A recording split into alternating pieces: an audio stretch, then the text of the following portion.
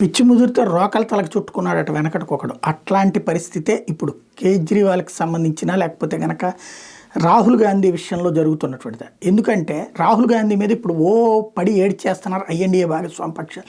ఎందుకంటే నువ్వు గనక అక్కడ ఢిల్లీలో కేజ్రీవాల్తో ఒప్పందం కుదుర్చుకుని ఉంటే సరిపోయేది, సీట్లు వచ్చాయనేటువంటిది. అంటే ఒకప్పుడు కాంగ్రెస్ పరిపాలించినటువంటి ప్రాంతంలో కేజ్రీవాల్ వచ్చి లాక్కుంటే అయినా సరే ఇవాళ ఐఎన్డీఏ కూటమి కోసం కాంగ్రెసే త్యాగం చేయాలి, కానీ వీడు మాత్రం ఎవడు త్యాగం చేయడు.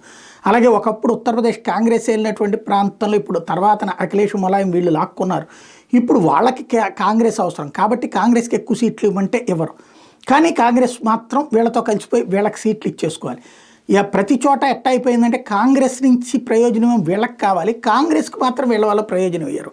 అట్లాంటి వాళ్ళు అందరూ కలిసి ఇప్పుడు రాహుల్ గాంధీ మీద పడి ఏడ్చి చేస్తున్నారు.